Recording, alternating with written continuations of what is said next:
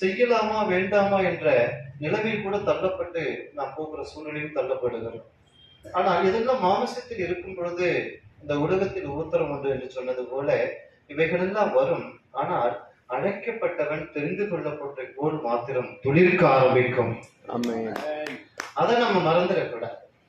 ஏனென்று சொன்னால் தெரிந்து கொள்ளப்பட்ட கோல் துளிர்த்து அதற்கு பிறகு அதுல அடிப்படையான வார்த்தைகள் எல்லாம் சொல்லப்பட்டிருக்கிறது. அது பூ பூத்து, அது காய் காய்த்து, அது வாதுமை பழங்களை தந்தது என்று எழுதப்பட்டிருக்கிறது. அப்போ தேவன் நம்மை அழைத்த நோக்கமே அவருக்காக ஜெயம் கொள்ளுகிற சபைகளை ஸ்தாபிக்கணும், ஆரோக்கியமான சபைகளை ஸ்தாபிக்கணும். அதைத்தான் தேவருக்கு தீர்த்துக்கு சொல்லும் போது அவர் சொல்லுகிற வார்த்தை ஆரோக்கியமான உபதேசங்களை என்ற வார்த்தையை அவர் கோடிட்டு காண்பிக்கிறதை பார்க்கிறோம். உன்னத பாட்டின் புஸ்தகத்திலே 6ஆம் அதிகாரத்திலே 11ஆம் வசனம் என்று நினைக்கிறேன். அதை தயவு கூர்ந்து எடுத்துக் கொள்ளலாம்.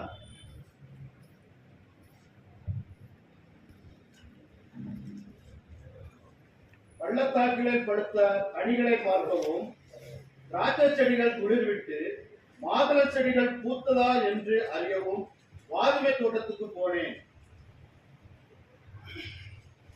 சாலமோனுடைய எல்லா ஹிஸ்டரி உங்களுக்கு நல்லா தெரியும். எத்தனை மனைவி உடையவர்கள், எத்தனை வைப்பாட்டி உடையவர்கள், அவர் எப்படி தேவனிடத்தில் இருந்த பொழுது தேவன் நடத்தினார், எகிப்திய ஸ்திரீகளை கொண்டு வந்து வழிவிலகின பொழுது அவருடைய ராஜ்யம் எப்படி அங்கு நிலைப்பட்டது, நிலைப்படாமல் போனது என்பதெல்லாம் உங்களுக்கு வேதத்தில் வாசித்திருப்பீர்கள். நீங்கள் கர்த்தருடைய கனமான ஊழியக்காரர்கள். அது மட்டுமல்ல, இந்த இடத்துல இந்த பைபிள் நாலேஜில் நிறைய அறிவுத்திறன் படைத்த அருமையான கர்த்தருடைய தாசெல்லாம் இருக்கிறீங்க. உங்கள் மத்தியில பேசுவது நான் ஒரு குட்டி பிரசையா இருந்தேன். இருந்தாலும் கர்த்தர் கொடுத்த ஒரு வெளிச்சத்தை உங்களுக்கு நான் சொல்ல விரும்புகிறேன். இந்த சாலமோன் அந்த இடத்திலே பார்க்கும்போது இந்த தோட்டங்கள் 3 விதமான தோட்டத்தை குறித்து சொல்லப்பட்டிருக்கிறது. இன்னொரு முறை ஐயாக்கள் அதை ரிமைண்ட் பண்ணும்படி கேட்டு. பள்ளத்தாக்கிலே பழுத்த கனிகளை பார்க்கவும், திராட்சை செடிகள் துளிர்விட்டு மாதுளம் செடிகள் பூத்ததா என்று அறியவும் வாதுமை தோட்டத்துக்கு போனேன். எங்க போனேன்? இதெல்லாம் பார்க்கறதுக்கு நான் வாதுமை தோட்டத்திற்கு போனேன் என்று சொல்லுகிறேன். இந்த காரியங்கள் அனைத்தும் பார்ப்பதற்காக அவர் போகிற இடம் கடைசி எங்க போய் எண்டாகிறார் சொன்னா வாதுமை தோட்டத்திற்கு போனேன். யோசிப்பை பார்க்கும் பொழுது சகோதரர்கள் வந்து அங்கு எகிப்தில் தானியம் கொள்ளும்படி வந்த பொழுது, நான் நிதானமாக இந்த நாளில் எங்களிடத்து பேச விரும்புகிறேன். அந்த சாக்கு பையிலே பல ட்ரை ஃப்ரூட்ஸ் தேவையானதெல்லாம் நிரப்பி, பணத்தையும் நிரப்பி, அல்ல வாதுமை கொட்டைகளை கூட நிரப்பி, அந்த பென்னியமின் லாஸ்ட் பையன் வரவில்லை. அடுத்தது தன் தகப்பனை பார்க்க வேண்டுங்கிற நோக்கத்தோடு கூட சகோதரர்கள்ட்ட அதை உள்ள வச்சு கட்டி பேக் பண்ணி அனுப்புற சம்பவத்தை நம்ம ஆதியாகமத்தின் புஸ்தகத்திலே பார்க்கிறோம். வாதுமை தோட்டம் சாலமோனுடைய காலத்திலே இவைகளெல்லாம் இருந்தது. ஆனால் தோட்டத்திற்கு எண்ட் ஆஃப் த நேம் என்ன சொல்லுகிறார்? வாதுமை தோட்டத்திற்கு போனேன். இந்த வாதுமை கொட்டை என்பது ஒரு ஸ்ட்ரென்தன், ஒரு நமக்கு பலனை ஊட்டக்கூடிய ஒரு மருத்துவ குணம் படைத்த ஒரு சீடாக இருக்கிறது. அது ஹீப்ரு, லத்தீன், மற்றதுல டிஃப்ரெண்ட் மீனிங் வருகிறது. நம்ம காமனா பேசிக்கிறோம். அப்போ இந்த வால்நட் பார்ப்பீங்க. வால்நட் வந்து வெரி காஸ்ட்லி திங்ஸ். இப்போ ட்ரை ஃப்ரூட்ஸ்ல மார்னிங்ல டாக்டர் ரெஃபர் பண்றது, இந்த கேன்சர் போகும், அந்த கேன்சர் போகும், இதெல்லாம் இப்போ டிசீஸ் போகும், இதை நீங்க டெய்லி 2 பீசஸ் எடுங்க. ஒரு பாகிஸ்தான்ல ஒரு தேசத்திலே அதிகமாக உட்கொள்ளக்கூடிய ஒரு உன்னதமான உணவு என்று சொன்னால் வால்நட். அவர்கள் 80 வயதுல, நீங்க யூடியூப்ல பார்த்துருப்பீங்க, 80 வயதுல தான் குழந்தைகளையே ஈன்றெடுக்கிறாங்க. அப்போ அந்த 80 வயதுல குழந்தைகளை ஈன்றெடுக்கிறாங்க. அவர்கள் 80 வயது பெண்களைப் போலவே தெரியவில்லை. அங்கு எந்த தொடர்புகள் இப்படி போக்குவரத்து தொடர்புகள் கிடையாது. தனி ஒரு தீவாக இருக்கிறது. அந்த வம்சங்களை பார்க்கும்போது ஒரு ஜூஸ் வம்சத்தை போல இருக்கிறார்கள். அப்போ அங்கு இருக்கிற ஜனங்கள் குறைஞ்சபட்ச ஜனங்கள் தான். ஆனா அவர்களுக்குள்ளே பெண் கொடுத்து அந்த இடத்துல ஜெனரேஷன் வளர்த்துக் கொள்ளுகிறார்கள். ஆனா அவருடைய அந்த சரீர தோற்றமும் அவர்களுடைய பர்சனாலிட்டி பார்க்கும்போது ஒரு வித்தியாசமாக இருக்கிறது. அப்போ அவர்கள் உன்னதமாக முக்கியத்துவப்படுத்தி அவங்க உட்கொள்ற உணவு எது என்று கேட்டால் அந்த வால்நட் வந்து அவங்க உற்பத்தி பண்ணி அதை முக்கிய உணவாக வைக்கிறார். அப்போ அவர்களுக்கு இந்த திருமண ஏஜிங்க 21, 18, 25 அப்படிங்கிற நிலை இல்லாமல் அவர்கள் ஆயுட்காலம் 120, 140 வயசு வரை கூட ஆரோக்கியமா இருக்கிறது பாகிஸ்தான் இன்றைக்கும் இந்த கரண்ட்லி சுச்சுவேஷன்ல அவங்க இருக்கிறாங்க. அந்த வாதமை கொட்டை என்பதும் அப்படிப்பட்ட ஒரு பலமுள்ள ஒரு ஸ்ட்ரென்த்தனை உருவாக்கக்கூடிய ஒரு திங்ஸ். அப்ப சாலமோன் காலத்துல அவர் இந்த வாதுமை தோட்டத்தையும் உண்டாக்கி வச்சிருந்திருக்கார். ஒரு ஆமேன் சொல்லிருக்காங்க.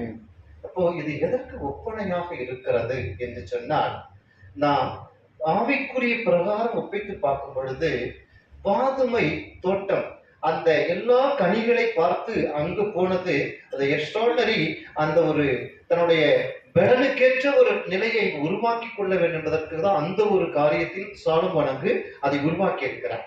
ஆவிக்குரிய சபை என்பது இந்த காலத்திலே ஆரோக்கியம் உள்ளதாகவும் அது பலன் உள்ளதாகவும் இருக்கணும். பாலை அல்ல, பலமான ஆகாரத்தையே நீங்கள் உட்கொள்ள வேண்டும் என்பதற்கு கொரிந்தியரிலே ஒரு வார்த்தை சொல்லுகிறார். எபேசியரிலே வார்த்தை சொல்லுகிறார். அப்போ நான் வரிசையாக கடந்து வருகிறேன். அப்போ இந்த இடத்திலே இந்த கடைசி காலத்திலே நாம் இத்தனை ஆண்டு காலம் ஊழியம் செய்து வருகிறோம், ஆனா ஊழியத்துல ரிசல்ட் இல்லை அப்படின்னு சொல்லி ஒரு கொஸ்டின். ஆத்மாக்கள் கிவிங் ஹார்ட் உடையவங்களா இல்லைங்கிறது ரெண்டாவது கொஸ்டின். மூணாவது கொஸ்டின், என்ன இருந்தாலும் ஸ்பிரிச்சுவல்ல அவங்க வளராத, நம்ம எதிர்பார்க்கிற குரோத் இல்லாம அவங்க எப்பொழுதுமே ஒரு குழந்தைகளை போலவே இருக்கிறாங்கிறது மூன்றாவது கொஸ்டின். அப்ப இவங்களுடைய வளர்ச்சியை பார்க்க பார்க்க சொன்னது நாமே சோர்ந்து போய்விடுவோம். உலகத்துல இருக்க ஜெனரல் நாலேஜ் அவனுக்கு நல்லா இருக்கும், ஆனா பிபிலிக்கல் நாலேஜ் பாத்தீங்கன்னா மைனஸா இருக்கும். அப்போ அந்த இடத்துல ஒரு பலமான ஆகாரத்தை, அவனுக்கு ஆரோக்கியமுள்ள ஒரு ஆகாரத்தை அவன் உட்கொண்டு ஆவின் பலத்தில் நிற்கக்கூடிய ஒரு ஆகாரத்தை இந்த வாதுமை கொட்டையை போல மூல உபதேசங்களை அவனுக்கு பக்குவமாய் கொடுக்கிற ஒரு மனநிலையை ஏற்படுத்த வேண்டும். இன்றைக்கு அது நடக்குமா? உபதேசங்களுக்கு பஞ்சம் இல்லை. மற்ற செல்போன் வந்த பிறகு பாத்தீங்கன்னா சபைகள்ல இருக்கிற ஒரு இந்த யூத் ஜெனரேஷன்லாம் பாத்தீங்கன்னா அரமெண்டல்ங்கிற சிச்சுவேஷனுக்கு தள்ளப்பட்டிருக்காங்க. அவ என்ன போதகர் பிரசங்கம் பண்ணிட்டு இருந்தாலும் அங்க சேர்ல உட்காந்து நோண்டிக்கிட்டே இருப்பான். எங்களுடைய வந்தவொன்னு செல்ல தெரியாம எடுத்துட்டு வேண்டாங்க, கொடுத்துட்டேன். சர்ச்சுக்குள்ள நான் செல்ல எடுத்துட்டு போகுது. விசுவாசிகள் யார் செல்லு உள்ள கொண்டு வந்தாலும், நீ கோடி சொன்னாரு, நீ குப்பைக்காரனாரு, அது அவசியம் இல்லை, உள்ள கொண்டு வராத, ட்ரையில வச்சுட்டு வா, சிக்னேச்சர் பண்ணிட்டு உள்ளவா. ஏன்னா இங்க வருது கர்த்தருடைய வார்த்தையை கேட்க. ஆனா உள்ள வரும்பொழுது நீ இந்த ஆகாரத்தை மட்டும்தான் சாப்பிடணும். அங்க உட்கார்ந்துட்டு எதை நீ பண்ணக்கூடாது. அந்த நேரத்தை சாத்தான் அங்க உட்கார்ந்து வஞ்சித்து திருடி உன் ஆசீர்வாதம் இல்லாமல் கொண்டு போகிறதுக்கு இடம் கொடுக்காது. ரொம்ப வார்னிங் பண்ணி தான் செய்வது. அப்போ தேவ நோக்கம் என்னன்னா, ஒரு பலமுள்ள சபையை சாலமோன் ஸ்ட்ரென்த்தனுக்கு அந்த வாதுமை தோட்டத்தை இப்படி உருவாக்கி, தோட்டம் என்பது சபைக்கு அடையாளம், அது உங்களுக்கு எல்லாருக்கும் தெரியும். அப்போ ஒரு அந்த பலமுள்ள ஒரு சபையாய், ஆரோக்கியமுள்ள ஒரு சபையாய், அது எந்த வியாதி இல்லாத ஒரு சபையாய், எந்த தொற்று நோய் இல்லாத ஒரு சபையாய் அதை உருவாக்க வேண்டும் என்பதுதான் தேவனுடைய நோக்கம். அதைத்தான் வெளிப்பட்ட விசேஷத்துல பார்க்கும்போது அந்த ஜெயம் கொள்ளுகிறவனவனோ, ஜெயம் கொள்ளுகிறவனவனோ வார்த்தை படிப்படியாக கடந்து வருகிறதை பார்க்கிறோம். பல சபைகளை குறித்து எவ்விய சபை, சர்தி சபை, லவோதிக்கியா சபை எல்லாம் சொல்லப்பட்டு வருகிறதை பார்க்கிறோம். அப்போ இந்த கடைசி காலத்துல பிளஸிங்ஸ், ஆசீர்வாதம் எங்கே இருக்கிறது? இல்லப்பா சொன்னாங்க, நிறைய கேட்டுட்டோம். இன்னைக்கு நமக்கு பொக்கிஷம் எங்கே இருக்கிறது என்று சொன்னா, இன்னைக்கு ஆடுகள்கிட்ட தான் ஆசீர்வாதமே இருக்கிறது. ஒரு ஆமென் சொல்லுவீங்களா?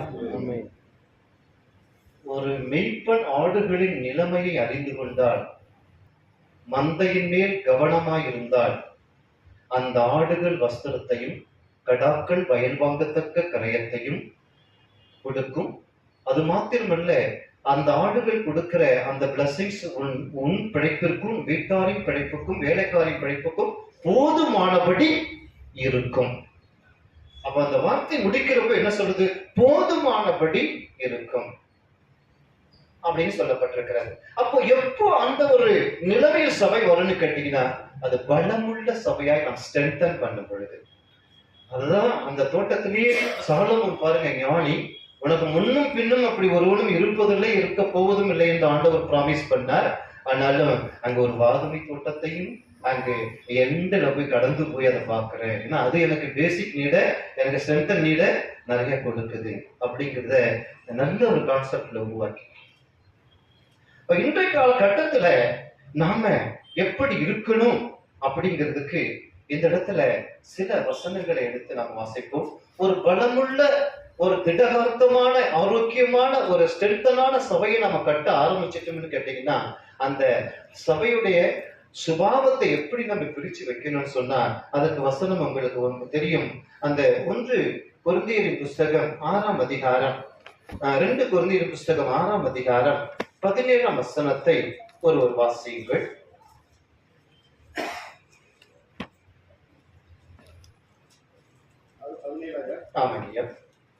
ஆனபடியால் நீங்கள் அவர்கள் நடுவிலிருந்து புறப்பட்டு பிரிந்து போய் அசுத்தமானதை தொடாதீர்கள் என்று கர்த்தர் சொல்கிறார். இதுல 2 விஷயத்தை மட்டும், இந்த பலமுள்ள, ஆரோக்கியமுள்ள ஒரு சரியான சபையை கட்டுவதற்கு இந்த காலத்துல கையாள முடியுமான்னு கேட்டா முடியும். நம்ம வசனத்தை சொல்லுவோம், விசுவாசிகளுக்கு தேவனால் கூடாத காரியம். ஆமா, அது சுகத்திற்கு மட்டுமல்ல, வாக்கு தத்தத்திற்கு மட்டுமல்ல, அவருடைய ஆவிக்குறி பேச கட்டி எழுப்புவதற்கு தான் அந்த வார்த்தை. அந்த வார்த்தைகள் எல்லாத்திலும் பேலன்ஸா நம்ம எடுத்துக்கணும். அப்போ ஆதலால் அவர்கள் நடுவிலிருந்து, நீங்கள் என்பது பன்மையை குறிக்கிறது. ஏன்னா ஐயா ஒரு இலக்கண மேதை உட்கார்ந்துருக்காங்க, அவங்க முன்னாடி பேச நமக்கு பயமா இருக்கு. என்னங்க வரி வரியா வரிச்சு தருவாங்க ஐயா. அப்போ பார்க்கும் பொழுது நீங்கள் அவர்கள் நடுவிலிருந்து புறப்பட்டு, அப்போ இருக்கிற சமுதாயம், இருக்கிற சபை, அதுல தேவன் விரும்புகிற ஒரு வேறு பிரிக்கப்பட்ட ஒரு சபையா, ஒரு ஆரோக்கியம் உள்ள சபையா அதை உருவாக்கும் பொழுதுதான் அது தனித்துவ தன்மையில அது ஒரு வித்தியாசமா தெரியும் சொசைட்டிக்கு. யாராலும் செய்ய முடியல, ஆனா இந்த சபை அதை சாதிக்குது. பொருளாதாரத்துல மட்டுமல்ல, எல்லாவற்றையுமே யாராலும் சாதிக்க முடியல, இந்த சபையில இது நடந்துட்டு இருக்கு. அப்போ அந்த பிரிக்கப்பட்ட ஜீவியம் கடைசியா வாதுமை தோட்டத்தை பார்க்கிற, அதே போல் தேவன் அங்கீகரிக்கிற, தேவன் ஒவ்வொரு காரியத்திலும் வருகையில தடையில்லாமல் எடுத்துக்கொள்ளுகிற ஒரு பூரணமான பரிசுத்தமுள்ள ஒரு மனவாட்டி சபையா அதை நம்ம உருவாக்கணும்னு சொன்னா, அது அந்த சொசைட்டில கலாச்சார பாவத்தில் இருந்தும், இன்னைக்கு இருக்கிற உபதேச கோளாறுகளில் இருந்தும், இன்னைக்கு இருக்கிற பலவிதமான வினோத உபதேசங்களிலிருந்தும் புறப்பட்டு பிரிந்து போய் எதை தொடக்கூடாது? அசுத்தமானது. அதான் துருபதேசங்கள்.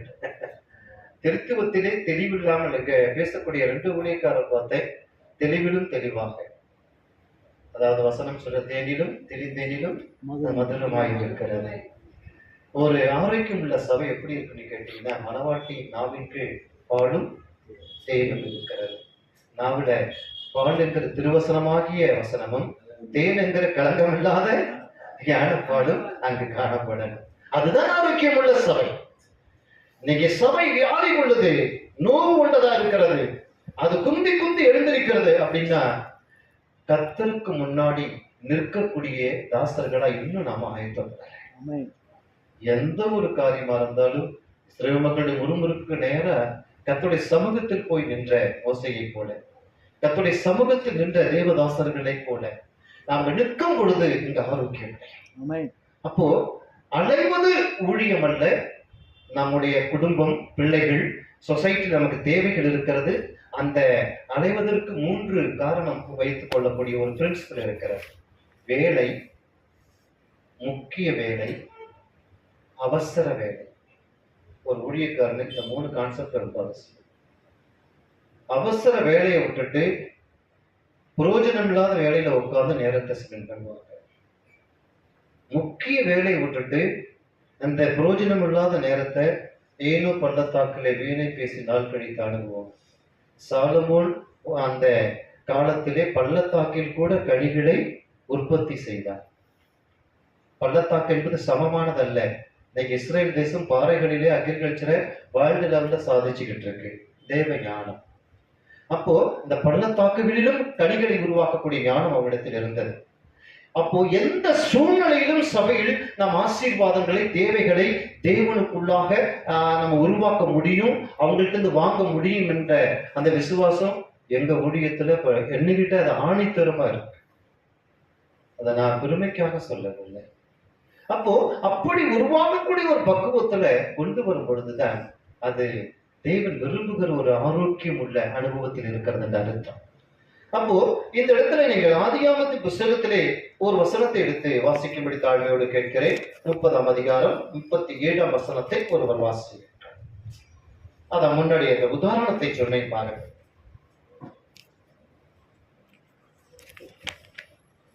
பின்பு யாக்கோப்பு பச்சையாயிருக்கிற புன்னை, வாதுமை, அர்மோன் என்னும் மரங்களின் கொப்புகளை வெட்டி இடையிடையே வெண்ணெய் தோன்றும்படி பட்டையை உரித்து, தான் உரித்த கொப்புகளை ஆடுகள் தண்ணீர் குடிக்க வரும்போது கால்வாய்களிலும் தொட்டிகளிலும் ஆடுகளுக்கு எதிராக போட்டு வைப்பான்.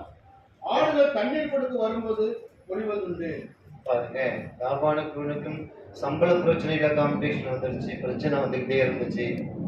யாக்கோபு ஒரு குட் பாஸ்டர்னு சொல்லுவேன் நான். அவர் ஒரு ஞானமான ஒரு காரியத்தை செய்த மனிதன் சொல்லுவேன். ஏன்னா அவர் குணசாலியும், ஈசாக்கு பெற்றெடுக்கும் போது இருந்த நல்ல குணசாலியும் கூடாரவாசியுமாய் இருந்தாங்க. ஏசாவோ வேட்டையில் வல்லவனாயிருந்தான். ஆவிக்குரிய ஊழியத்துல பர்சனாலிட்டி, அந்த நமக்கு இருக்கக்கூடிய நாலேஜஸ், நமக்கு இருக்கக்கூடிய மற்ற திறமையை வச்சு ஒன்ன சாதிச்சிடலாங்கிறது ஏசாவுடைய கான்செப்ட். ஆனா இவருடைய கான்செப்ட் என்னன்னு கேட்டீங்கன்னா, நல்ல குணசாலி, கூடாரவாசி. அவன் அந்த கூடாரத்திலே அடங்கி இருந்து உருவாக வேண்டும் என்பதை கற்றுக்கொண்டான். அப்போ இந்த இடத்திலே வாசிக்கும் பொழுது, இந்த ஆடுகள் பொழியும் பொழுது வாதுமை, புன்னை, வாதுமை. வாதுமையில என்ன தன்மை இருக்குன்னு கேட்டீங்கன்னா, எந்த கலரு அது மேல பட்டாலும் அது வெள்ளை ஆயிடும். எந்த அந்த ஆடுகள் பொழியும் போது அந்த ஆடுகள் அந்த இடத்துல அந்த ஸ்கின்ல இந்த வாதுமையுடைய பால் படும் பொழுது பாத்தீங்கன்னா அது வெண்மையாயிடும். அப்போ தேவன் எதிர்பார்க்கிறது ஆடுகள் பரிசுத்தத்தின் அடையாளத்தை சபையிலே வெளிப்படுத்த வேண்டும் என்பதற்கு யாக்கோப்புடைய அந்த கான்செப்டை பார்த்தீங்கன்னா, அங்கே அடையாளங்களை விவரித்து சொல்லி அப்புறம் ஆடுகளை சம்பளத்தின்படி பிரித்தெடுக்கிறார். மெஜாரிட்டிஸ் யாருக்கு இருந்துச்சுன்னா, பிளஸிங்ஸ் யாக்கோப்புக்கு மட்டும்தான் இருந்துச்சு. ஒரு ஆமென் சொல்லுவாங்களா? அப்போ ஆடுகள் அடையாளம் கண்டு வரங்களுக்கேற்ற, குணங்களுக்கேற்ற, தாளந்துகளுக்கேற்ற நிலையை கூர்ந்து அவனை கவனிப்பதல்ல, கூர்ந்து கவனித்து அவனை வேறு பிரித்து அந்த இடத்துல என்ன செய்யணும் கேட்டீங்கன்னா, இந்த பரிசுத்த அடையாளத்தை அவன் தரிசிக்க நாம பிரயாசப்பட ஆரம்பிக்கணும். யாக்கோபு ஆடுகளுக்கு அதைத்தான் அங்க செய்தான். அப்போ யாக்கோபுடைய ஆடுகள்ல பாத்தீங்கன்னா அந்த வெள்ளை நிற அடையாளங்கள் இருந்ததெல்லாம் வேறு பிரிக்கப்பட்டுச்சு தனியா. ஆனா அந்த மாமனுக்கு பார்க்கும்போது பாத்தீங்கன்னா அந்த வெள்ளை நிற அடையாளங்கள் எதுவுமே இல்லை. அப்போ அதற்கு என்ன செய்தால் அந்த வாதுமையை பயன்படுத்தி இருக்கிறார் என்று நான் சொல்ல வருகிறேன். வாதுமை பயன்படுத்தப்பட்ட பிறகு அங்கு அந்த ஆசீர்வாதங்கள் அவனுக்கு கிடைக்கிறதை பார்க்கிறோம்.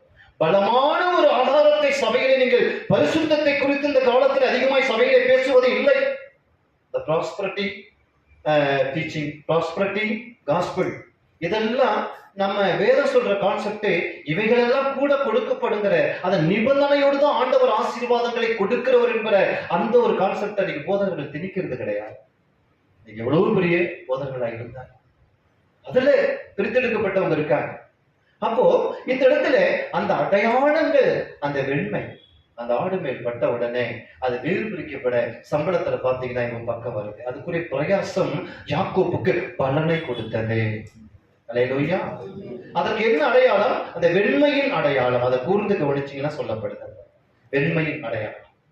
அப்போ ஒரு சபை, ஒரு ஆடு பரிசுத்தத்தில் அதிகமா வளர்க்கப்படும் போது அவன் டெடிக்கேட்டடா எதையும் செய்ய ஆரம்பிச்சிருவான். ஒரு சபையில நீங்க விசுவாசிய வச்சிருந்தீங்கன்னா கடைசி வரையும் விசுவாசி தான். எப்போ டிசபிள்ஷிப்ல அவன் நடத்துறீங்களோ, சீஷன் தன்னை வெறுப்பவன் அல்லவா, அந்த வெறுக்க ஆரம்பிச்சுட்டா அவன் எதையும் கர்த்தருக்கு செய்வான். ஒரு ஆமென் சொல்லுவீங்களா? அல்லேலூயா. விசுவாசியா அந்த கேட்டகரியை வச்சு விசுவாசம் உள்ளவனாகி ஞானஸ்நானம் பெற்று ரட்சிக்கப்பட்ட பிறகு அவன் சீஷத்துவனாக வருவான். எல்லாவற்றையும் விடுற பக்குவத்துல வரணும். அப்பதான் அந்த இடத்துல அவனை வச்சு சாதிக்க முடியும். சபைகள்ல அந்த ஆசீர்வாத பெருக்கத்தை பொருளாதாரத்தை உருவாக்க முடியும். நம்ம இந்த ரெப்ளிகேஷனை மறந்துடணும். What is the meaning replication? Ditto, Xerox, நகலாக்கள். என்னை போல ஒருத்தவனை உருவாக்குவது, என்னை விட அவனை சிறந்தவனாய் உருவாக்குவது. அப்படி உருவாக்கும் போது அவன் என்ன செய்வான்னு கேட்டீங்கன்னா, எதையும் செய்வதற்கு இயேசுவை அடைத்த பொழுது பின்பற்றி போனாங்க பாத்தீங்களா, வலைகளை விட்டு புறப்பட்டு போனாங்க பாத்தீங்களா. நல்ல டிசைபிள்ஷிப் உருவாக்கினார். அந்த 12 பாத்தீங்கன்னா உலகமே இன்றைக்கு சால்வேஷன்ல வர்றதுக்கு அடையாளமாக இருந்தது. அப்போ இந்த நிலைமையிலே அது கடந்து வர நம்ம பிரயாசப்படலாம். நம்ம தேவை எங்க இருக்குன்னு கேட்டா, என்னுடைய விசுவாசத்தை வச்சு நான் சொல்லுவேன், நம்ம சபையில தான் இருக்கு. ஒரு ஆமென் சொல்லுவீங்களா? அல்லேலூயா. என்றைக்கு நாம சொன்ன இல்லைங்களா, வேலை, முக்கிய வேலை, அவசர வேலை. இந்த வேலையை எப்ப வேணாலும் பாத்தீங்கன்னா, முக்கிய வேலைங்கிறது பார்த்தா இன்னைக்கு போகிறது கூட முக்கியம் இல்லை, நாளைக்கு கூட வரலான்னு சொல்லிட்டாங்கன்னா அதை அன்னைக்கே போக வேண்டாம். அவசர வேலை இருக்குல்ல, அது ஆம்புலன்ஸ் மாதிரி, என்னை ஃபர்ஸ்ட் எய்ட போய் பண்ணி ஆகணும். அப்போ அதை பார்க்கணும். அந்த பிரின்சிபலை நம்ம ஃபாலோ பண்ணிக்கிட்டோம்னா எந்த இடத்துல நம்ம நேரங்களும் காலங்களும் வீணாகாது. நம்ம நோக்கம் எல்லாம் மந்தையின் மேல் கவனமாய் இருப்பது மட்டுமே. அது கவனமாய் இருப்பது மட்டும் அல்ல, மெய்த்தவன் அந்த வாதுமையை யாக்கோபு பயன்படுத்தினார். அதான் சொன்னீங்களா முன்னாடி, வாதுமை சாலமோன் அதை ஒரு கான்செப்டா வச்சது ஸ்ட்ரென்தன் பண்ணு, ஆரோக்கியத்தை உருவாக்கக்கூடியது. அப்படித்தான் அந்த வாதுமையில் இருக்கிற ரகசியம் யாக்கோபுக்கு தெரிந்தது. இன்னைக்கு வேறுபரிக்கப்பட்ட ஜீவியத்துல இன்றைக்கு ஆட்டை கொண்டு வரமோ, இன்னைக்கு உலகத்துல இல்லைங்க அந்த மாடல்ல இருக்காங்க, இந்த மாடல்ல இருக்காங்க, இல்ல இந்த மாடல்ல சபை போகுது. நான் சொல்றேன், இயேசுவின் மாடல்ல சபை இருந்தா எல்லாம் கிடைக்கும். அதுதான் ரொம்ப முக்கியம். அதைத்தான் இங்க அவர் செஞ்சிருக்கேன்.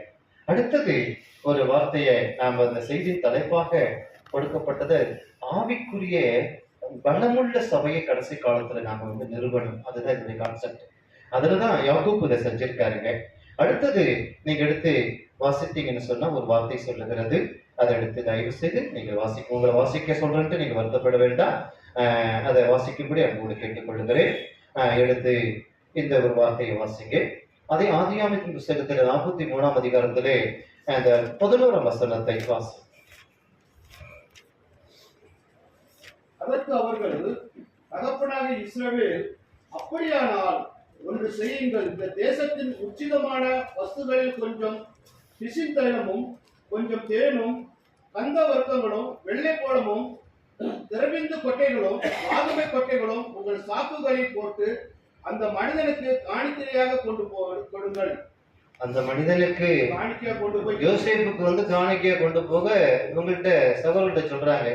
யார்? யாக்கோபு சொல்றாரு. இவர்கிட்டயும் அந்த தானியம், அந்த வெரைட்டிஸ் எல்லாம் ஸ்டாக் இருந்திருக்கிறது.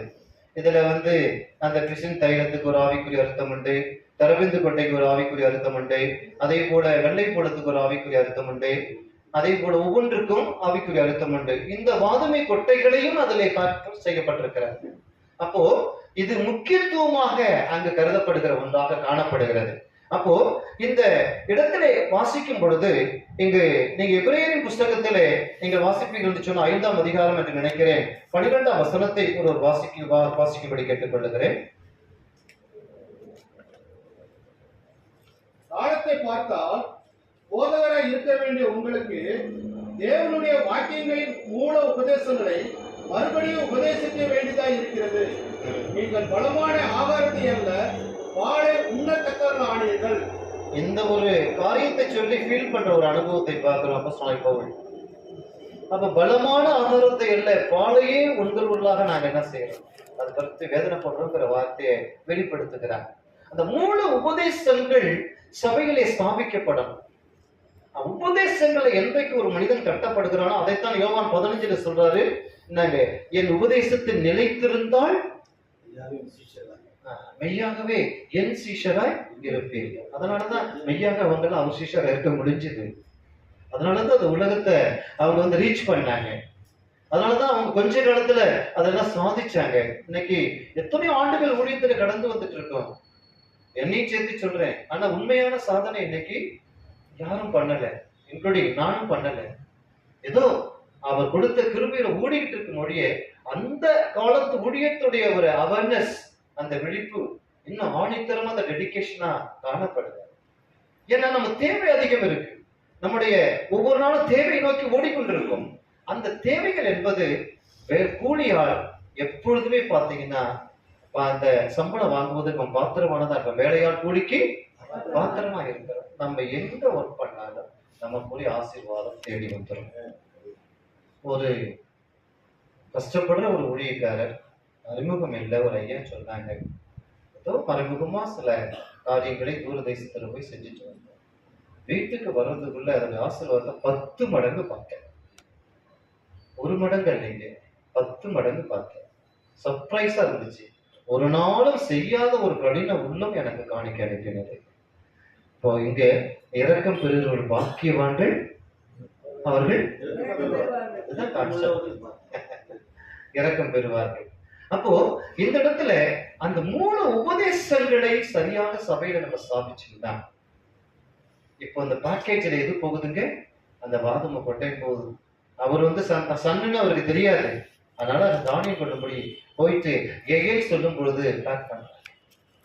அப்போ தேவ சமூகத்தில் நாம் கடைசி காலத்திலே எந்த சூழ்நிலையிலும் நம்முடைய சபையை ஆரோக்கியம் உள்ள ஒரு நம்மை தேவையை சரியாய் சந்தித்து நாம் மட்டும் உபயோகப்படுத்தாம அது எத்தனையோ மிஷனரி ஊழியங்களுக்கும் இன்னைக்கு தேவை உள்ள இடத்திற்கும் அது நம்முடைய ஸ்தாபனத்தில் இருந்தால் மட்டும்தான் அதை செய்யணுங்கிற நோக்கம் அல்ல.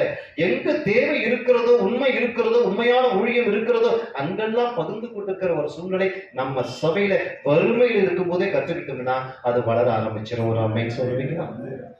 நிறைவுல கொடுக்கிறது வந்து வேதத்தை பிப்ளிக்கல் பேஸ் அல்ல. மக்களுடைய நாட்டு சபை கொடிய தரித்திரத்திலும் உதாரணமாய் கொடுத்தார்கள். அந்த நெருக்கத்தில் கொடுக்கிறது தான் கிறிஸ்தவம். நிறைவில் கொடுப்பது கிறிஸ்தவம் அல்லவே அல்ல. அப்படி ஒருத்தவங்க பிரசங்கம் பண்றாங்கன்னா அது தவறான உபதேசம். அது தவறான உபதேசம். ஆண்டவர் தரித்திர கோலம் எடுத்து பாடுகளின் வழியாகத்தான் இந்த உலகத்தில் நாம் ஐஸ்வர்யனாகணும் என்ற நோக்கத்தை அவர் தரித்திர கோலமாகி வெளிப்படுத்தினார். அப்போ இந்நெருக்கத்தில் கொடுப்பது, அதாவது கொடிய தரித்திரம், அதுலதான் அவங்களுடைய கிவிங் வந்து பரிபூர்ணமாக இருந்தது. இன்னைக்கு அந்த நிலைமைக்கு நம்ம சபையை ஒரு கான்செப்ட்ல கொண்டு வந்துட்டோம்னா, இல்ல நம்ம சபையில காணிக்கெடுத்துன்னு ஒரு ஊழியத்தை கொடுக்கறதா? இன்னும் அந்த பரந்த மனப்பான்மை வந்தாவே நம்முடைய விசுவாசியும் நம்ம நல்ல வழி நடத்துறோம், அந்த சபையும் இன்னும் கொடுக்க ஆரம்பிக்கும். நம்ம மனசு அந்த பரந்த மனப்பான்மையில் இருக்குன்னு அர்த்தம். நம்முடைய பார்வை எப்பொழுதுமே அது பரந்த மனப்பான்மையின் பார்வையாக இருக்கணும். அது அடிக்கடி நான் ஒரு உதாரணத்தை சொல்லுவேன். நோவோட பிழைகளை மெஷர்மெண்ட் போட்டு கட்டினாருன்னு சொல்லி அவரு கொடுத்த கான்செப்ட் எல்லாம் பார்த்தீங்கன்னா ரொம்ப அழகா கொடுத்தாரு. எல்லாம் பெருசா சைட் பண்ணார் நோவா பார்த்து. அதே போலதான் நம்முடைய பார்வை எல்லாம் அது தூரமானதை அது நோக்கக்கூடியதாக இருக்க வேண்டும். அதுதான் இங்க சொல்றேன். அப்போ இந்த இடத்துல 2வது என்ன நாம பார்க்கிறோம் அப்படின்னு சொல்லி கேட்டீங்கன்னா, இந்த பள்ளமான அது ஆணைத்தரமான எந்த நிலையிலும் வழுவி போகாத அந்த 3 உபதேசத்துல சபையை ஸ்தாபிக்கணும். அதுதான் இந்த வாதுமையும் அடையாளம்.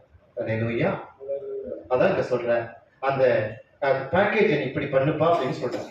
3வதாக நிறைய வசனங்கள் நேரம் இல்லை எடுத்து வாசிக்க, நிறைய வசனங்களை வாசிக்க ஒரு வசனத்தை வாசிக்கும்படி தாழ்மையோடு கேட்டுக்கொள்கிறேன். என்னாகமத்தின் புஸ்தகம் 17ஆம் அதிகாரம் 8ஆம் வசனம். மறுநாள் மோசே சாட்சியின் கூடாரத்தில் பிரவேசித்த போது, இதோ லேவியின் குடும்பத்தாருக்கு இருந்த ஆரோனின் கோல் துளிர்த்திருந்தது. அது துளிர் விட்டு பூ பூத்து வாதுமை பழங்களை கொடுத்தது. ஒரு அம்மை சொல்லுவீங்களா? நான் ஆரம்பத்துல சொன்னீங்களா, டிராக்ல போற நம்முடைய ஊழிய வாழ்க்கையில எத்தனையோ மனச்சோர்வுகள், எத்தனையோ விதமான நெருக்கங்கள், தேவையில்லாத நாளே இல்லை. நீங்க ஊழியக்காரருக்கு நீங்க மனப்பூர்வமா கை உயர்த்தி பொய் சொல்லாம சொன்னீங்கன்னா உங்களுக்கு தேவையில்லாத நாளே இல்லை. என் ஆவியில் அதுதான் நான் உணர்வேன். தேவை எவ்வளவோ தேவை இருக்கிறது. ஆனா தேவைக்கெல்லாம் இந்த உலகத்துல நமக்கு மெயின் ட்ரெஷரர் பாத்தீங்கன்னா ஆண்டவர், நமக்கு இருக்கிற பேங்க் பாத்தீங்கன்னா நம்முடைய சபை தான். ஆமென் சொல்லுங்க. ஆட்டுக்கிட்ட சரியா பால் கறந்துட்டா ஆடும் ஆரோக்கியமா இருக்கும், ஒட்டியும் நல்லா வளரும், நாமும் நல்லா வளரலாம். அப்போ இங்க சொல்லக்கூடிய வார்த்தை இந்த தெரிந்து கொள்ளப்பட்டவருடைய கோலை குறித்து இங்க சொல்லப்பட்டிருக்கு பாருங்க. 17ல முதல் பகுதி என்ன சொல்லுது? இந்த வாதுமை பூ பூத்து. அந்த வாதுமை என்ன செய்ததா? பூ பூத்து. சபையில் நாம் உருவாக்கக்கூடிய அந்த ஸ்ட்ரென்தன் சபை எப்படி இருக்கணும்னு கேட்டீங்கன்னா, அது அந்த பூ அந்த பூ பூக்கக்கூடிய பக்கம் வரும்பொழுது அது வந்து நறுமணம் வெளியாகும், வாசனை வெளியாகும். பூவில் அந்த மகரந்த சேர்க்கை இருக்கு பாருங்க, அதுல வந்து அதுக்கு தேவையான அந்த ஈக்களோ அதுக்கு தேவையான அந்த ஜீவன்களோ வந்து அமர்ந்து என்ன செய்யும், அந்த மகரந்த சேர்க்கையை அது முகர்ந்து கொள்ளும். ஏன்னா இது நல்லா இருக்கு, இதை எடுத்து நம்ம ஒரு ஹனியை உருவாக்கணும்னு தேடி வரும். பூ எங்க சரியா பூத்திருக்கு அங்கு இவைகள் எல்லாம் மகரந்த சேர்க்கை எடுக்கிறதுக்கு தேடி வரக்கூடியவைகள். அப்போ நம்ம கிட்ட சாட்சியின் ஜீவியம் இருந்தால், ஒரு சபையில சரியான சாட்சியின் ஜீவியம், நறுமணமாகிய சாட்சியின் ஜீவியம், நல்ல அவரை அறிகிற அறிவின் வாசனையாகிய சாட்சியின் ஜீவியம் இருந்தால், அந்த சபையை ஒரு நாளும் ஒரு மனுஷனாலும் ஒருவராலும் அழிக்க முடியாது. அதுதான் வசனம். அப்ப இங்க சொல்லப்படுகிற வார்த்தை என்ன? அதே 2 கொரிந்தியர்ல நீங்க எடுத்து வாசித்தீங்கன்னா 2:14 சொல்லப்பட்டிருக்கிறது. அந்த வசனத்தை வாசிங்களேன், அதுக்கு ஆதாரமாக அந்த வசனத்தை எடுத்து வாசிக்கலாம். கிறிஸ்துவுக்குள் எப்பொழுதும் எங்களை வெற்றி சிறக்க பண்ணி எல்லா இடங்களிலேயும் எங்களை கொண்டு அவரை அறிகிற அறிவின் வாசனையை வெளிப்படுத்துகிற தேவனுக்கு ஸ்தோத்திரம். எங்களை கொண்டு அவரை அறிகிற அறிவின் வாசனையை வெளிப்படுத்துகிற தேவனுக்கு ஸ்தோத்திரம். ஒரு சபை இன்னைக்கு ஊழியக்காரர் நாம இப்படி இருக்கணும்னு சொல்லப்பட்டிருக்கு. ஒரு சபை இந்த நறுமணத்தை, இந்த நற்கந்தத்தை வெளிப்படுத்த ஆரம்பிச்சிருச்சுன்னா, சாட்சி எங்க இருக்கிறதோ அங்க அலையலையாய் மக்கள் வர ஆரம்பித்து விடுவார்கள். வாசனை இருக்கிற இடத்திலே தேனீக்கள் தானாய் வரும். வாசனை இருக்கிற இடத்திலே புழுக்கள் அந்த தேவையான அந்த மகரந்தத்தை எடுப்பதற்குரிய வித்தியாசமான தேவன் படைத்த அந்த ஜீவராசிகள் தானாய் வரும். அப்போ வாதுமையில் அங்கு பார்க்கிறோம் பூ பூத்த அனுபவம். இது ஒரு பரிசுத்தமுள்ள, உண்மை உள்ள, ஒரு பலமுள்ள சாட்சியின் சபையாக சபை இருக்கணும் அப்படிங்கிறது தான் பவுலுங்க சொல்லுகிறார். எங்களை கொண்டு அவரை அறிகிற அறிவின் வாசலை நாங்க என்ன செய்கிறோம், விளங்க பண்ணுகிறோம். சபையில சாட்சி விளங்க பண்ணியாச்சுன்னா நமக்கு எல்லாமே அங்க இருக்கு. ஒரு ஆமென் சொல்லல. நான் அடிக்கடி சொல்ல விசுவாச சொல்லி கொடுக்கும் ஆசீர்வாதம் எங்கேயும் இல்லை, இங்கதான் இருக்கு, இங்கதான் இருக்கு. ஆசீர்வாதத்தை எடுக்கிறதுக்கு அங்க ஓடணும் இங்க ஓடணும் இங்க ஓடணுங்கிறதெல்லாம் இல்லை. அலைவது தேவ சித்தம் அல்ல, அமர்வதுதான் தேவ சித்தம். நீங்கள் அமர்ந்து நானே தேவன் என்று அதுதான் வசனம், அது மாற்று வசனம் இல்லை.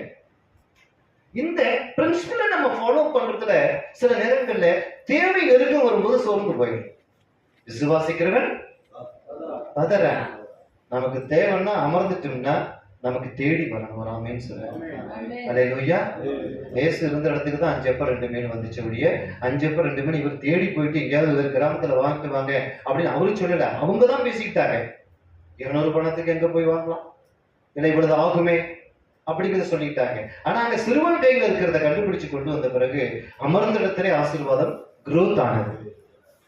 அமர்ற இடத்துல ஒரு மெய்ப்பன் இருக்கிற இடத்துல தான் ஆசீர்வாதம் தேடி வரணுங்க. ஒரு ஆமென் சொல்லுங்க. அல்லேலூயா.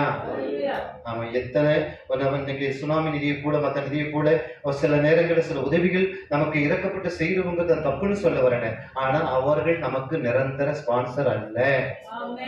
நாம பெற்றெடுத்த பிள்ளைகள் தான் நமக்கு சோறு போடணும். சபை தான் நம்மளை பாதுகாக்கணும், பராமரிக்கணும், நல்லது கெட்டது செய்யணும். அதுதான் பிப்ளிக்கல் கான்செப்ட். அதுதான் பிப்ளிக்கல் கான்செப்ட். ஒரு சபை போஷிக்கலன்னா அந்த மெய்ப்பன் அந்த சபையை ஒரு ஸ்ட்ரென்த்தனான சபையா, பலமுள்ள சபையா, பலமான ஆதாரத்தை கொடுத்து நடத்துற சபையா இல்லாம பாலே கொடுத்துட்டு இருக்க சபையா இருக்கு. பால் குடிக்கிற குழந்தை எங்க வச்சு கொடுப்பாங்க? ஒண்ணு மடியில, இல்லைன்னா உட்கார வச்சு, இல்லைன்னா தட்டி கொடுத்து. இன்னைக்கு விசுவாசிகள் அப்படிதான் நம்ம கொடுத்து கெடுத்துக்கிட்டு இருக்கோம். ஒரு ஆமென் சொல்லுங்க. ஒரு காரியம் சொல்றேன், ஐயா எனக்கு திட்டாதீங்க. விசுவாசிகளுக்கு இல்லாதவங்களுக்கு, தரித்திரமா இருக்கிறவங்களுக்கு நம்ம செய்யலாம், நிரந்தரமா செய்யாதீங்க. அப்போ அவன் இப்போ உருப்புறது. நீங்க கொடுக்க ஆரம்பிச்சிட்டீங்கன்னா அவன் கெடுத்துட்டு இருக்கீங்க அர்த்தம். ஒரு லெவலுக்கு வந்த பிறகு நம்ம பிள்ளைகளை பெற்று வளர்த்து ஒரு பிஇ, பிடெக், எம்பிபிஎஸ் இல்லை ஏதோ ஒரு சோர்ஸ் டிகிரி முடிச்சு தலைக்கு மேல வந்தோட நம்ம தாய் தோப்பு என்ன எதிர்பார்க்கிறோம்? நம்மளை, குடும்பத்தை, தங்கச்சிய, தம்பிய, அப்பா அம்மாவை காப்பாற்றுவோன்னு எதிர்பார்க்கிறோம். அந்த அடிப்படை நமக்கு நாலேஜ் இருக்கு. ஆனா சபை விசுவாசிகள் நாம தான் கெடுத்துக்கிட்டு இருக்கோம். ஆனா அங்க சாயந்தரம் பார்த்தீங்கன்னா ஐயா ஐயா ஐயா பையான்ட்டு நம்மளை சுரடி சாப்பிட்டுக்கிட்டே இருப்பான். சபைக்கு பார்த்தீங்கன்னா முள்ளா இருந்துட்டு. ஆனா கொடுக்கிறவன் என்னைக்குமே பார்த்தீங்கன்னா சபையில பிரச்சனைக்குரியவனா இருக்கவே மாட்டான். அது அனுபவத்துல சொல்றேன். நல்லா கொடுக்கிறவன் மறைஞ்சு இருப்பான். எப்படி ஒரு ஹவுஸுக்கு வந்து ஃபவுண்டேஷன் வந்து மறைஞ்சிருக்கிறதோ அதே போல மறைஞ்சிருப்பான். ஆனா நல்லா கொடுக்காதவன் பாத்தீங்கன்னா பொட்டக்கோழி முட்டை போட்டுச்சுன்னா அது பாத்தீங்கன்னா அந்த முட்டை போட்டதுக்கு ஒரு 3 நிமிஷமாவது கத்திவிட்டு தான் போகும். அவன் ஒரு 500 ரூபா கொடுத்துட்டான்னு வச்சுங்களேன், ஊருக்கே தெரிஞ்சிடும், சபைக்கே தெரிஞ்சிடும். நான் முட்டை போட்டுட்டேன்னு கத்தாது.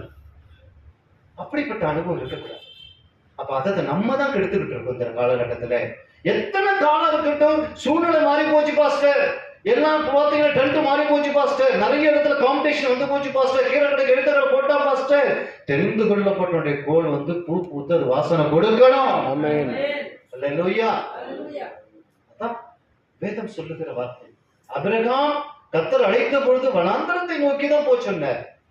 லோத்துடைய கான்செப்ட் வந்து கர்த்தருடைய தோட்டத்தை பொழுது ஏதேனுக்கு போனா ஆசீர்வாதத்தை பார்த்து சென்றவன் வாழ்க்கையின் சந்ததி டெவலப்மெண்ட் ஆகல, வனாந்தரத்தில் தான் சீமானா இருந்தான். இளையரசர் சொல்லுகிற வார்த்தை, அங்கு என் எஜமானை கர்த்தர் மிகவும் ஆசீர்வதித்திருக்கிறார்.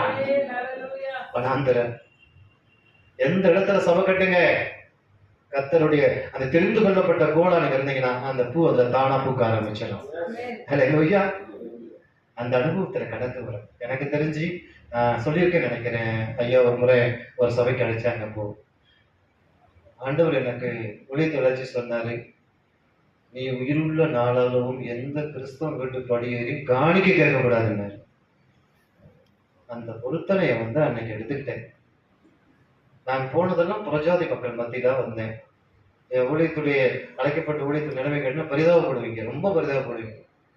அவ்வளவு படுக்க இடம் இல்லாம கல்லறைகள்லாம் படுத்து கிடப்பேன், மதங்களை படுத்து கிடப்பேன், ஸ்கூல் திண்ணையில படுத்து கிடப்பேன். என்ன ஹாஸ்பிட்டல் அறிவிச்சிச்சு அப்படிதான் இருப்பேன். போனா பஸ்ஸு காசு கொடுக்க மாட்டாங்க, சாப்பாட்டு காசு கொடுக்க மாட்டாங்க, விசுவாசம் ஒண்ணு கொடுப்பாங்க, இந்த டிராக்ஸும் புக்ஸும் கொடுப்பாங்க. அதை வித்து எவ்வளவு சாப்பிட்டேன்னா அந்த காசை போட்டு எங்க ஊழியர்கிட்ட கொடுக்கணும். நித்திய ஜீவபாதை, யோவானுக்கு சுவிசேஷம், அந்த காலத்துல இந்த நச்செய்தி புக்கெல்லாம் உங்களுக்கு தெரியும், பழைய ஊழியக்கார தேவதாசர்களுக்கு என்னங்க அதெல்லாம் அப்போ நாங்க கொடுப்போம். அப்போ எங்க படுக்கணும், எங்க சாப்பிடணும், எங்க இருக்கணும் தெரியாது. ஒரு அனுபவம் உண்டு. இருந்த 2 ஆடைகள், அந்த 2 ஆடைகள் எல்லாம் அழுக்கா போச்சு. ஒரு லுங்கியை துவைக்க முடியல. அந்த லுங்கி என்பது வேஷ்டியை 2ஆ கிழிச்சு அதை தச்சு ஒரு லுங்கியா 4 வருஷம் 3 வருஷம் கட்டிக்கிட்டு இருந்தேன். அப்போ இதெல்லாம் இந்த தண்ணீர் இடத்துல அலசிப்பேன், காய வைப்பேன், அப்படியே கட்டிட்டு வருவேன். அப்புறம் இந்த ஆடைகளை போட்டு உயர்த்தி செய்வோம். ஓ அந்தவரே இதுக்கு சோப்பு போட்டே ஒரு 6 மாசம் ஆகி போச்சுப்பா, ஏதாவது ஒரு காரியத்தை ஹெல்ப் பண்ணிங்கப்பான்னு சொன்னா, குடவாசல் என்ற ஒரு ஊர், திருவாரூர் என்பது ஒரு மாவட்டம். அந்த இடத்துல ஒரு அங்கெல்லாம் குளங்கள் இருக்கும், படிக்கட்டு சுத்தி இருக்கும். அப்ப அந்த இடத்துல போய் உட்கார்ந்து ஏதாவது ஒருவேளை இந்த படிக்கட்டுல ஏதாவது சோப்படம் போட்டுட்டு அந்த மீதி வச்சுட்டு போயிடுவாங்க. அது ஏதாவது இருக்குமோ அதை எடுத்து வாஷ் பண்ணிக்கலாம் அப்படிங்கிற என் மாம்சத்துல ஒரு எண்ணத்தோடு அந்த இடத்துல போய் குளத்துல குளிக்கிறதுக்கு இறங்கி போனேன். அப்போ அங்கேயும் எதுவுமே இல்லை, கத்தரை தொடச்சிட்டேன், அங்கேயும் இல்லை, அந்த சோப்பு கூட இல்லை. அப்போ உட்காந்து சரி ஒருமே அலசி போட்டுட்டு அப்படியே நம்ம சோப்பு இல்லாம குளிச்சுட்டு ஏன்னா வேற வழி இல்லை போலாம் போது அந்த இடத்துல உட்காந்துருக்கேன். தலையில ஒரு பெரிய கல்லு விழுந்தா மாதிரி விழுந்துச்சு. என்னங்க, ஒரு பெரிய கல்லு விழுந்தா மாதிரி விழுந்துச்சு. ஒரே வழி பார்த்தா ஒரு சின்ன அந்த பழைய காலத்து துணி போல ஒரு கவர். அத என்னடா அப்படி இருக்குன்னு சொல்லி எடுத்து பார்த்தா, ஏதாவது அதுல என்ன இருக்குன்னு எடுத்து பார்த்தா அதுல 3 ரூபாய் 50 பைசா காயின், 10 பைசா 20 பைசா இது இருந்துச்சு. இது நடந்த என் வாழ்க்கை நடந்த உண்மை. ஒரு காக்கா எங்க இருந்து கொண்டாந்து போட்டுச்சோ அது ஒரு அரச மரம், அது கீழே அந்த குளம், அந்த படிக்கட்டுல உட்காந்து யோசிச்சுட்டு இருக்கும்போது அப்ப அந்த காலத்துல நாங்க ஊழி செய்த காலத்துல டீ 75 பைசா. ஒரு வான்மதி சோப்புன்னா 200 கிராம் இருக்கும், அது வந்து பாத்தீங்கன்னா 1 ரூபாய். அந்த சோப்பு கிட்டத்தட்ட நான் வந்து 4 மாசம் வச்சிருந்தேன் பத்திரமா. சோப்பை அப்படியே துணியில போட்டு தேய்ச்சா கரைஞ்சிட்டு தட்டி தட்டி வச்சு கசக்கி அப்புறம் அதை புளிஞ்சு காய வச்சு போட்டேன்.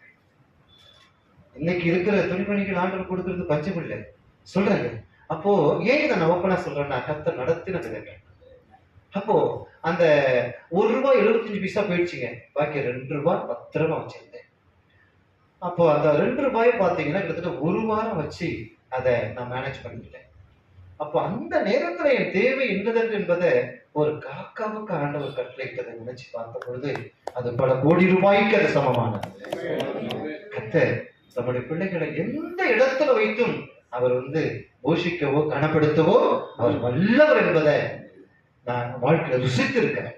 எத்தனையோ சாட்சிகளை சொல்ல முடியும். அப்போ இந்த கடைசி காலத்துல நீ கிறிஸ்தவ வீட்டு பக்கம் படிக்கிற, ஆனா கிறிஸ்தவங்களை தப்புன்னு சொல்ல வரல, படிக்கிற அத இந்த நாள் வரையில. அதே போல எந்த சபைக்கு போற கிறிஸ்தவ விசுவாசிகளை நீ இன்னொருத்தர் பெத்த பிள்ளைய சபையில கொண்டு சேர்க்காத. ரெண்டாவது டேர்ம்ஸ் அண்ட் கண்டிஷன் சொன்னாரு. நம்ம சபையில பர்ன் கிறிஸ்டியனா ஒரு சபைக்கு போய் வந்தவங்க ரொம்ப ரேர்ல சுத்தமா. காரணம், நீ பெத்து வளர்த்த அந்த பிள்ளையோட அருமை உனக்கு தெரியும்.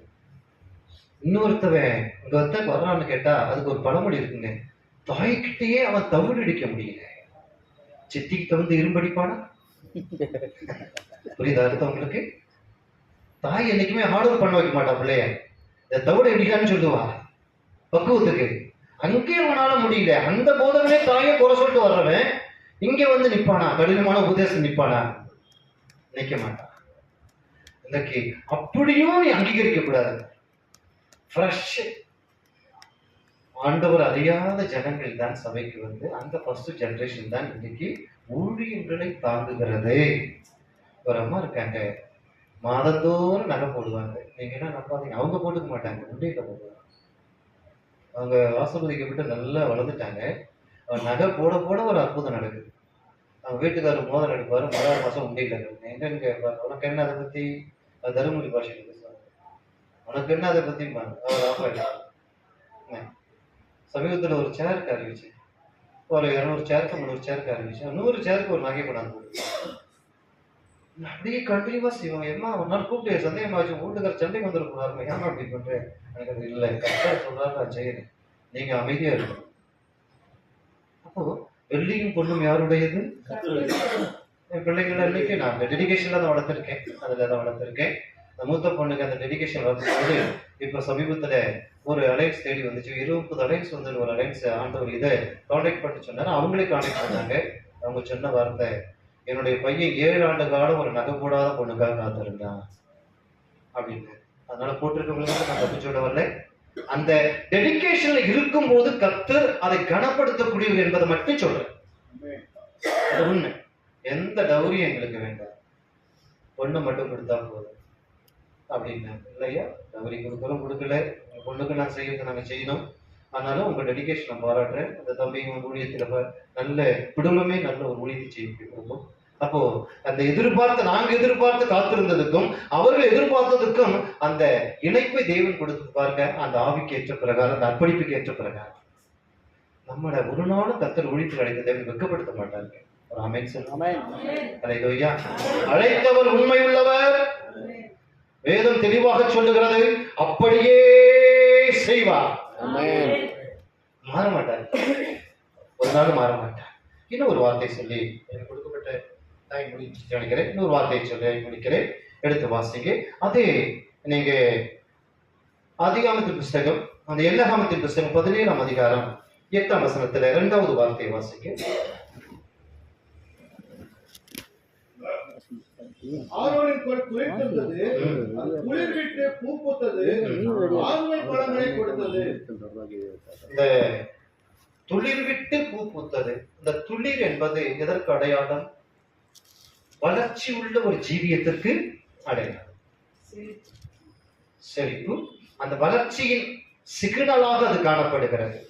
இது இப்ப துளிர் விட்டுடுச்சு, இது கட்டாயம் புலச்சிக்கிச்சு, இந்த விதை இது செத்து போகல, இது இனி வளர ஆரம்பிச்சிடும். அப்ப இதை பக்குவம் பார்த்து வளர்க்கிற பொறுப்பு என்னது? அப்போ ஒரு ஆரோக்கியம் உள்ள சபை பாத்தீங்கன்னா வளர்ச்சியை நோக்கித்தான் அது போகணும். தெரிந்து கொள்ளப்பட்டவருடைய கோல்ல ஒண்ணு துளிர்க்குதுன்னா அது வளர்ச்சிக்காக தான் துளிர்க்கும். அது கெட்டு போக, அடிந்து போக ஒரு நாள் அது துளிர்க்காது. அந்த துளிர் விடுகிற அனுபவம் சபையில் இருந்த நிலைமையிலே இருக்கக்கூடாது. ஒவ்வொரு காலங்களும் ஒரு மாற்றத்தை கொடுக்கணும், ஒவ்வொரு காலங்களிலும் ஒரு புதுமை நடக்கணும், ஒவ்வொரு காலங்களிலும் ஒரு சேஞ்சஸ் உருவாகணும். அந்த மாற்றத்தை கொண்டு வருவது அந்த உலகத்துக்கு சபை. 148 கோடி மக்களுக்கு நம்ம பாரப்பட்டோம், பாரத்தோடு ஜெபித்தோம். ஆனா இன்னைக்கு பெங்களூர் பட்டத்தில் எத்தனை கோடி மக்கள். இந்த ஊழியம் போதாது, அது வளர்ச்சியின் ஒரு நோக்கத்தை அடையக்கூடியதாக இருக்கணும். அதுக்கு என்ன இருக்கணும் அந்த இடத்துல? அப்படின்னு சொன்னா இந்த மூல ஆதாரமான இந்த உபதேசத்தின் அடிப்படை. அதாவது உபதேசத்தை இந்த உலகத்திலே சூழ்நிலைக்கு ஏற்றவாறு மாற்றும் பொழுது கர்த்தர் மாறுகிறவராக இருக்கிறார். கைவிட்டுருவோம். வேதம் தெளிவாக சொல்லுகிறது, நான் கர்த்தர், நான் மாறாதவர். அவர் சேஞ்சஸ் கார்டா இல்ல, என்றைக்குமே அவர் ஸ்டாண்டர்ட். உலகத்துல ஒரு குவாலிட்டி கார்டை நாம கும்பிடுறோம். இவரை விட ஒரு பாக்கியம் உள்ள தெய்வம் இந்த உலகத்தில் அவரால் தள்ளப்பட்ட தூதர்கள் யாருமே கிடையாது. அப்போ அந்த துளிரின் அனுபவம் சபையில் எப்போதுமே வளர்ச்சியின் அடையாளங்கள் காணப்பட வேண்டும். ஒரு ஆமென் சொல்லுவீங்களா? வளர்ச்சி இல்லைன்னு சொன்னா நீங்க வேலையில சோம்பேறியா இருக்கிறீங்கன்னு அர்த்தம். நானும் சோம்பேறியா இருக்கிறேன்னு அர்த்தம். வளர்ச்சி இருக்குன்னா நீங்க எந்த உழைப்பு நீங்க செஞ்சாலும் அதுக்கு பலன் கட்டாயமாக இருக்கிறார். தேவன் அநீதி உள்ளவர் அல்லவே அல்ல. எடுத்து இன்னொரு வார்த்தையை வாசிப்போம். அதை 17ஆம் அதிகாரத்திலே கடைசி வார்த்தை வாசிப்போம். கர்த்தரின் வாசஸ்தலத்தின் கிட்டே வாரு. கர்த்தரின் வாசஸ்தலத்தில் 17:8 அது வாதுமை பழங்களை கொடுத்தது. இங்க என்ன கொடுத்ததுங்கய்யா? வாதுமை பழங்களை கொடுத்தது. கலாத்தியர் 5:22 உங்களுக்கு தெரியும். ஆவியின் கனிகள் எத்தனைன்னு தெரியும். அதே பவுல் சொல்லுகிறார், எங்களுடைய போராயுதங்கள் எப்படிப்பட்டதா இருக்கிறது?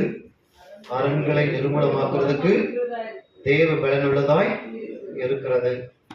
அப்போ இந்த இடத்துல வாசிக்கும் பொழுது அது வாதுமை பழங்களை தந்தது. ஒரு சபை கனி கொடுத்துக்கிட்டே இருக்கணும். அது வாதுமை ஸ்ட்ரென்தனானது. அது மூல உபதேசம், அது திடகார்த்தமான உபதேசம், அது பலமான உபதேசம், அது ஆரோக்கியமான உபதேசம். ஒரு சபையில இதெல்லாம் இருக்கும்னு சொன்னா அது கனி கொடுத்துக்கிட்டே இருக்கும். ஒரு பிளஸிங் கொடுக்கும்போது என்ன சொல்றார்? கனி தரும் திராட்சை கொடி. செடி செடி இயேசுவுக்கு அடையாளம். கொடி, அது கொடி கனி கொடுக்கக்கூடிய கொடியாக சுவரின் மேல் படர்ந்துகிட்டே இருக்குங்கிறது தான் கான்செப்ட். இன்றைக்கு வாதுமை பழங்களை அது தந்தது. இன்னைக்கு சபை கனிகளை கொடுக்க ஆரம்பிச்சுட்டாவே ஊழியக்காரனுக்கு கஷ்டம் போயிடும். வராமேன்னு சொல்லுங்க. அந்த சபையில குட்டி கூடாத எது இருக்கோ அதை எடுத்து ஆபரேஷன் பண்றதுக்கு ட்ரை பண்ண. கத்தியினால் அல்ல, தேவன் கொடுத்துற ஞானமாகிய யுக்தியினால். அது என்ன அங்க இருக்கு அதை எடுத்து போட்டு இந்த ஸ்டமக்ல என்ன இருக்கு? சிறுகுடல்ல பிரச்சனையா, பெருகுடல்ல பிரச்சனையா, ஹார்ட்ல பிரச்சனையா, வாழ்வுல பிரச்சனையா, லிவர்ல பிரச்சனையா, கணையத்துல பிரச்சனையா, கல்லீரல பிரச்சனையா, கிட்னில பிரச்சனையா பாருங்க. அந்த வியாதியை நீங்க நீக்கிட்டீங்கன்னா அது உங்களை பராமரிக்க ஆரம்பிச்சிடும். ஸ்பெண்ட் பண்றது எல்லாம் நம்ம ஆத்மாக்கள் நோக்கி ஸ்பெண்ட் பண்ணணும். ஒரு ஊழியக்காரனுக்கு ஒரு முக்கோண எக்ஸாம்பிள் இருக்கணும். ஒன்று தேவன், இரண்டாவது குடும்பம், மூன்றாவது மக்கள், சபை. இதுதான் அவங்களுடைய டிராக் கான்செப்ட். இதுக்காக தான் நாம் தெரிந்து கொள்ளப்பட்டவருடைய கோலா செயல்படணுங்கிறது அர்த்தம். இதை விட்டுட்டு அதுல இன்னும் ஒரு முக்கோணத்துக்கு நீங்க ஒரு கோடு எடுத்தீங்க வச்சுங்களேன், அந்த முக்கோணம் அசிங்கமா போயிடும். அது பிரின்சிபல் கிடையாது. இதுதான் தேவன் வைத்திருக்க நிபந்தனை. இப்ப நான் ஒரு ஊழியத்தை முடிக்கணும்னா அடுத்தது என்ன இருக்கு, அதை முடிக்கணும்னு அடுத்தது என்ன இருக்கு, அதை முடிக்கணும்னு அடுத்தது என்ன இருக்கு, அடுத்தது என்ன இருக்கு. இந்த ஊழியத்தை சார்ந்த ஆவிக்குரிய வட்டாரம் மட்டும்தான் நமக்கு தேவை. அதுதான் தெய்வம் விரும்புவது. இந்த அனுபவத்துல ஒரு தேவ சபையை நம்ம கட்டும் பொழுதுதான் இது நம்மளை போஷிக்கும். மறுபடியும் சொல்றேன், நம்முடைய ஆசீர்வாதங்கள் எங்க இருக்குங்க? அனந்த ஞானம் எங்க வெளிப்படுகிறது? நாம தேவனுடைய வாயாய் இருக்கிறோம், தேவனுடைய தூதனாய் இருக்கிறோம். ஆனா அந்த நிலையில் இருக்கிற நாம இந்த பாடுகளை குறித்து நம்ம பேசுவோம். பாடுகள் அவசியம். லெசன் இல்லைன்னு சொன்னா நமக்கு பிளஸிங் இல்லை, அனுபவங்கள் இல்லைன்னா ஊழியமே இல்லை. ஆனாலும் அனுபவத்தோடு கூட வரக்கூடிய ஆசீர்வாதம் தான் நிலைச்சிருக்கக்கூடியது. இந்த அனுபவத்துல நாம சபையை பில்டப் பண்ண பிரயாசப்படணும். அதைத்தான் கடைசியா ஒரு வார்த்தையை எடுத்து வாசிங்க. நீங்க யாத்திராகமத்தின் புஸ்தகத்திலே 37ஆம் அதிகாரத்திலே 20ஆம் வசனத்தை வாசிங்க. ஜெபிக்க. ஆமாய்யா. குத்துவிளக்கு எப்பொழுதும் எரிந்து கொண்டிருக்கும்படி இடித்து பிழிந்த தெளிவான ஒலிவ எண்ணெயை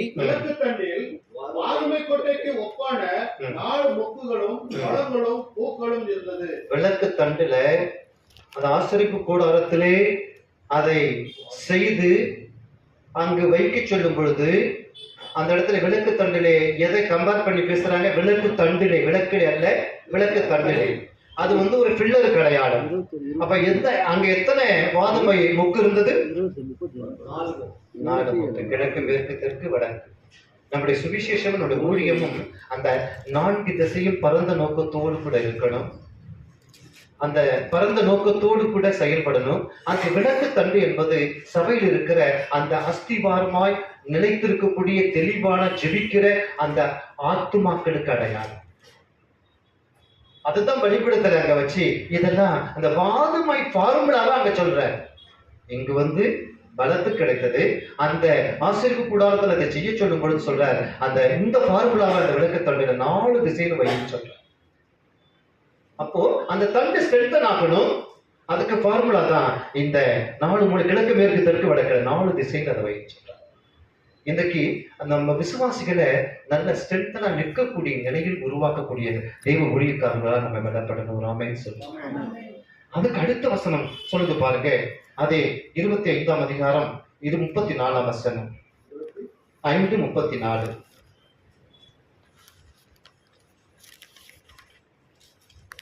விளக்கு தண்டிலோ வாதுமை கொட்டைக்கு ஒப்பான 4 மொக்குகளும் பழங்களும் பூக்களும் இருப்பதாக.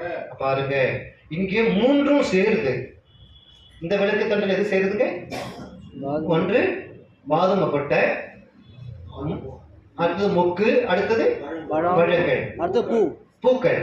அப்போ ஒரு தண்டுல வந்து இந்த கனி கொடுக்கிற உறுதியுள்ள ஒரு விசுவாசியா பிள்ளரா அவனை வந்து ஸ்ட்ரென்தன் பண்ணணும் அப்படிங்கிறது அடையாளத்தை தான் பழைய ஏற்பாட்டு இந்த கான்செப்டை அவங்க ஒப்பிட்டு எழுதியிருக்கிறாங்க.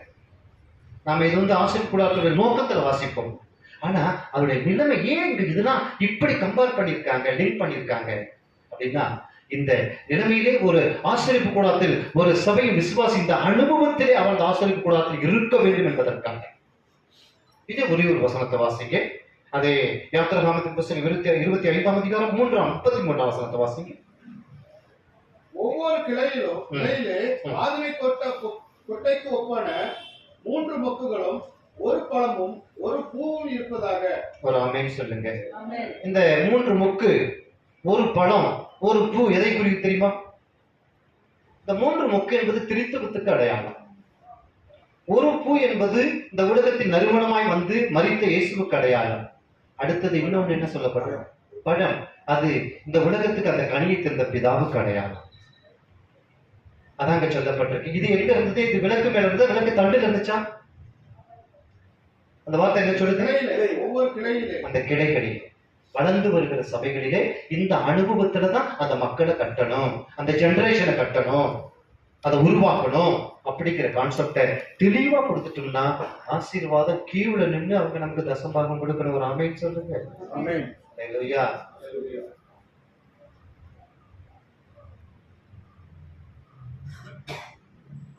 தம்பி ஸ்டீபன் எந்திரி. ஐயா முடிச்சது. நான் சரியான டைம் முடிக்கிறேன். வார்த்தையை முடிச்சிடறேன். நான் கொஞ்சம் நேரம் எடுத்துட்டேன். தசம்பாகத்தை விசுவாசிங்க வந்து நின்று சில மணி நேரம் நின்று, சில நிமிஷங்கள் நின்று, நேரமானாலும் நின்று தசம்பாகத்தை கொடுத்துட்டு போறாங்களா, இல்ல தசம்பாகத்தை போய் தேடி வந்துருமா? கியூல நின்று எவ்வளவு நேரம் ஆனாலும் நின்றுதான் இன்னைக்கு தசம்பாகத்தை கொடுத்துட்டு போறாங்க. இதை பெங்களூர் சபையில கூட.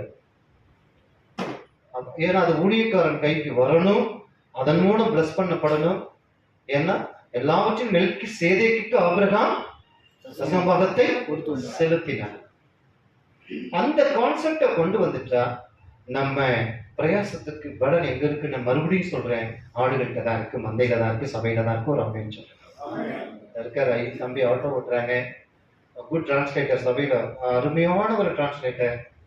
பாத்தீங்கன்னா ரொம்ப கத்தர் அவரை நடத்திக்கிட்டு வர்றாரு. அவங்க மனைவி நல்ல ஒரு டிரான்ஸ்லேட்டர். கூகுள் மீட்டோட இன்சார்ஜ் அவங்க எடுத்துட்டு இருக்காங்க. கொரோனா காலத்துல நாள் வரைக்கும் கூகுள் மீட் நான் ஸ்டாப்பா காலையிலும் மாலையும் ஓடிட்டு இருக்கு. எல்லா விசுவாசிக்கும் 4:50 பாத்தீங்கன்னா எடுத்துருவாங்க. யாரையும் விட மாட்டோம். ஏன்னா போன் பண்ணி எடுத்து விடுவோம். ஏன்னா பரலோ ராஜ்யம் பலவந்தம் பண்ணப்படுகிறது. Okay, thank you.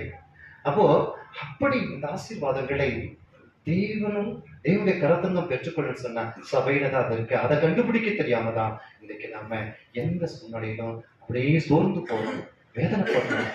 அநேக நேரங்களில் ஊழியத்தை விட்டு போயிடலாமாங்கிற ஒரு சூழ்நிலையில தள்ளப்படுறோம். நான் குற்றமா சொல்லல. செய்ய வேண்டியதை சரியா செஞ்சா நடக்க வேண்டியது ஒரு அல்லேலூயா சொல்லுங்களேன். அல்லேலூயா. அதே 37ஆம் அதிகாரத்துல ஒரு 19 வசனத்தை மட்டும் வாசிங்க, ஜெபித்து முடிப்போம்.